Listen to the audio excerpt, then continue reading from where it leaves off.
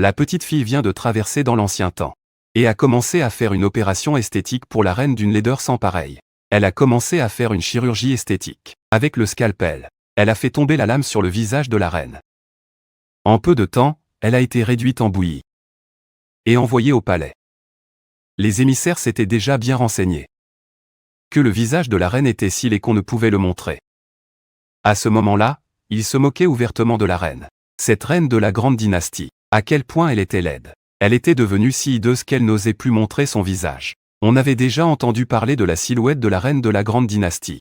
Et aujourd'hui, à la vue, elle surpassait vraiment ma vieille truie de mère. L'empereur à côté avait une expression très embarrassée. Il avait déjà dit à la reine de ne pas se montrer et se ridiculiser. Maintenant, la situation est ainsi. C'est tout simplement une honte incroyable. Mais la petite fille, quant à elle, avait confiance en son opération. Mère, allons-y, d'accord?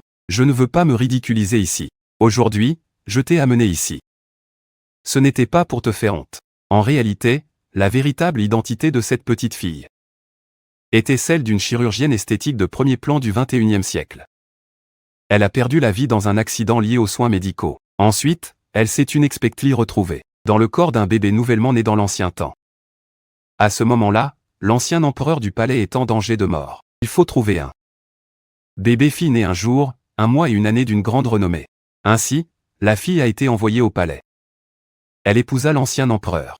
Bien qu'elle ait prolongé sa vie, même si c'était à peine. Mais 6 mois plus tard, il décéda, laissant le trône à son héritier. Et la fille fut couronnée en tant qu'impératrice mère. Elle a été confiée à la laide reine pour être élevée jusqu'à présent. La concubine malveillante désire ardemment obtenir le poste de reine. Ce jour-là, profitant de la visite du prince étranger, elle poussa délibérément la fille et le prince du haut de la falaise.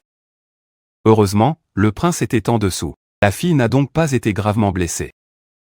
Cependant, le prince se blessa aux jambes et devint handicapé.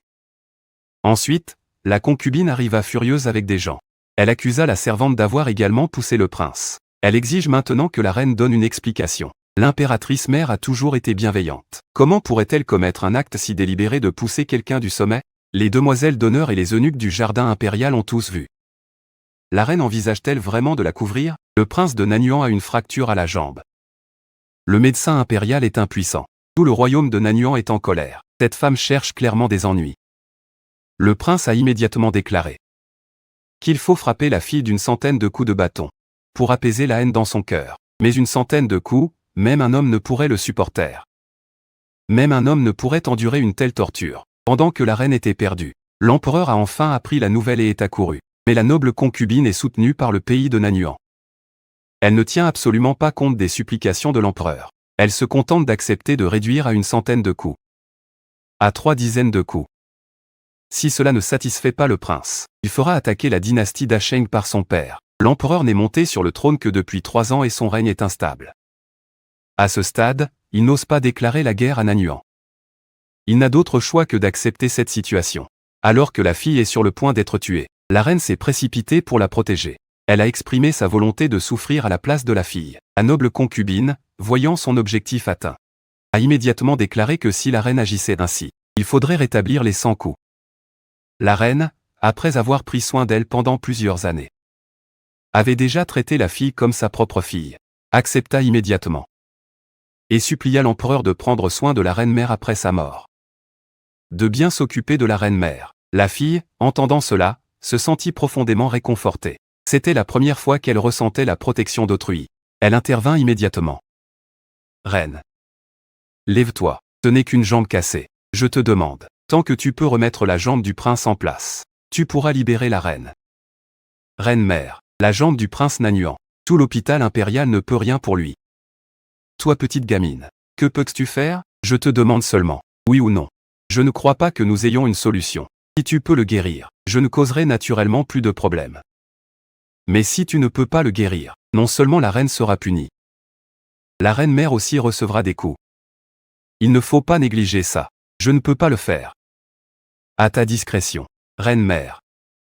Ça pourrait devenir chaotique. Je sais ce que je fais. Ensuite, la fille s'approcha du prince et découvrit que c'était juste une luxation simple. Alors, elle poussa doucement et remit l'os en place. La consort, bien que robuste, n'avait plus de raison de critiquer.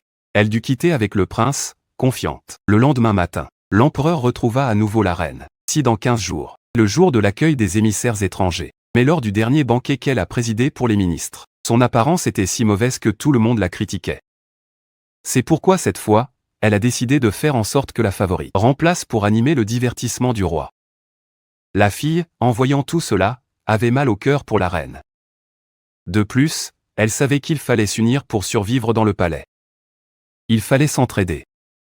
Elle a donc réconforté la reine en lui disant de ne pas être triste. À ses yeux, elle était la plus belle.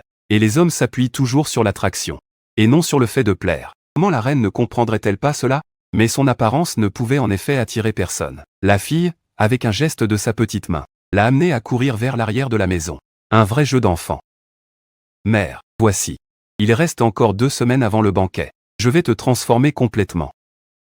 Rapidement, 2 semaines passèrent. Les bandages sur le visage de la reine n'avaient pas encore été retirés.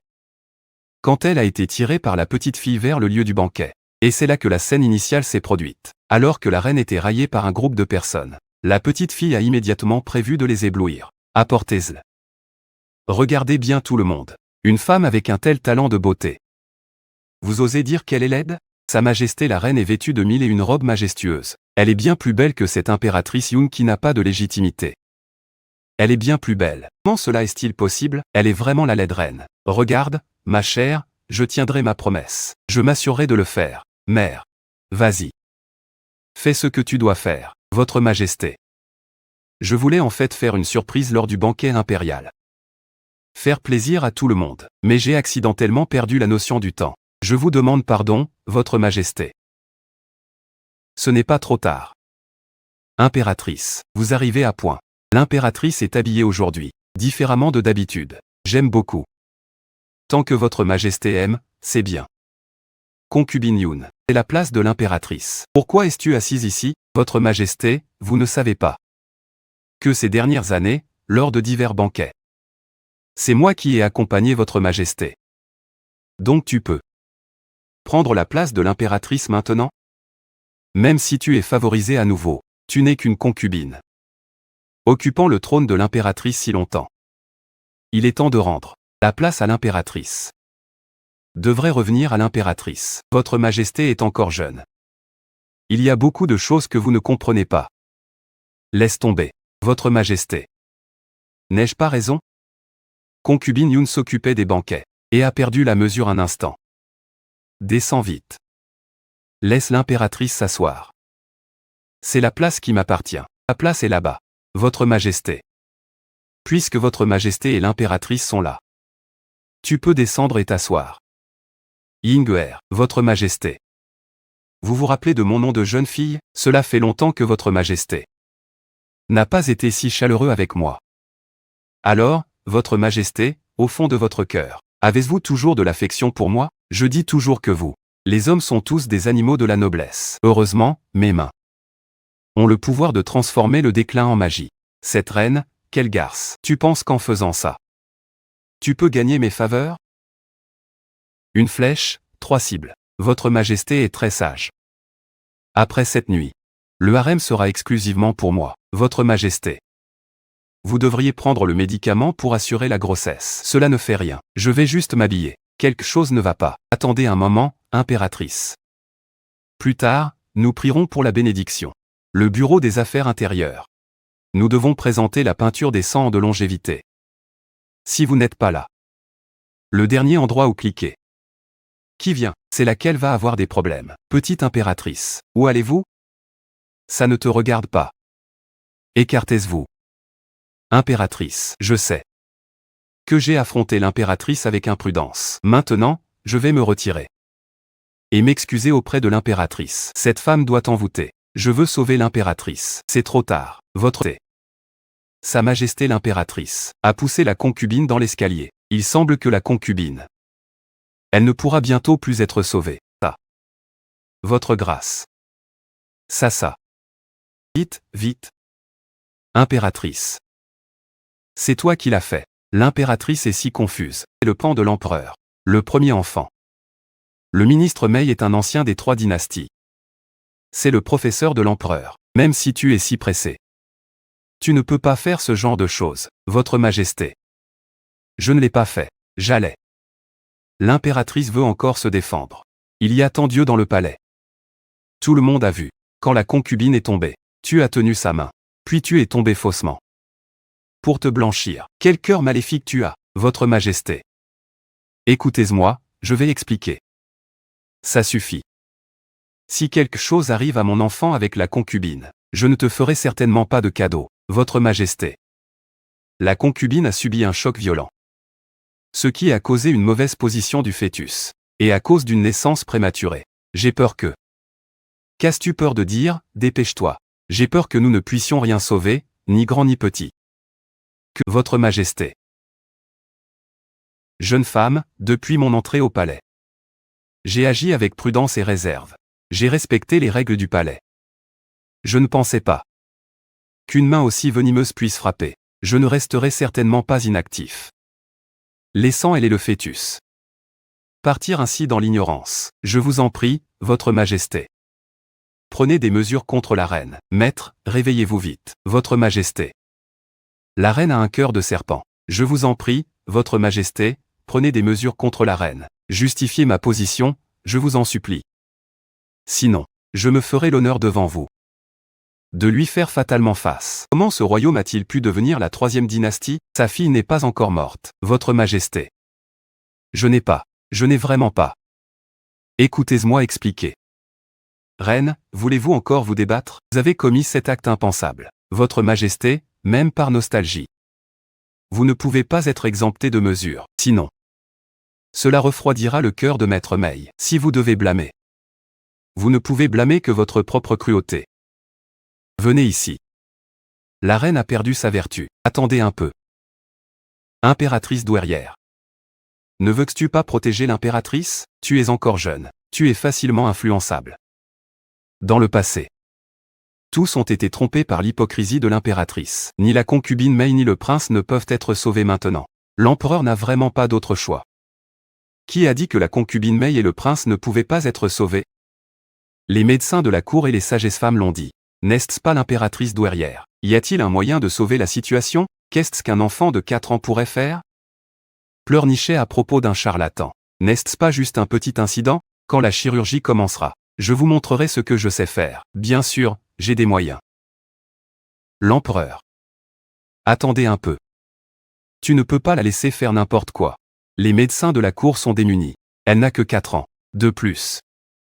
Ces choses ont l'air vraiment terrifiantes. Veux-tu tuer la concubine Mei? Maintenant, la concubine Mei ne peut plus être sauvée. Si tu veux la sauver. Et l'enfant dans son ventre. Il faut procéder à une césarienne. Césarienne. Veux-tu tuer la concubine Mei? Mère impériale. Plaider pour lui est une attitude à garder en mémoire. Tu es encore jeune. Ne dis plus ça.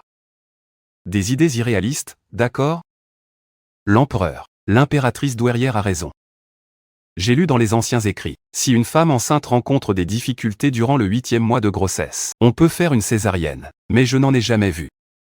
Il y a des exemples de succès. Je peux le faire, Votre Majesté. Savez-vous ce que vous dites? C'est terrible. La dame Mei saigne beaucoup. Il est trop tard. Majesté, le ministre Mei, vous dites que je ne peux pas sauver la dame Mei, ma vie. Faites-en ce que vous voulez, Votre Majesté. Même si vous avez déjà réussi à changer mon apparence. Mais cette fois, il s'agit de vies humaines. Ne vous inquiétez pas, belle-mère, versez les herbes. Poudre d'herbe, impératrice douairière, je vous conseille de ne pas faire n'importe quoi. Les médecins sont impuissants. Ne luttez pas ici en vain.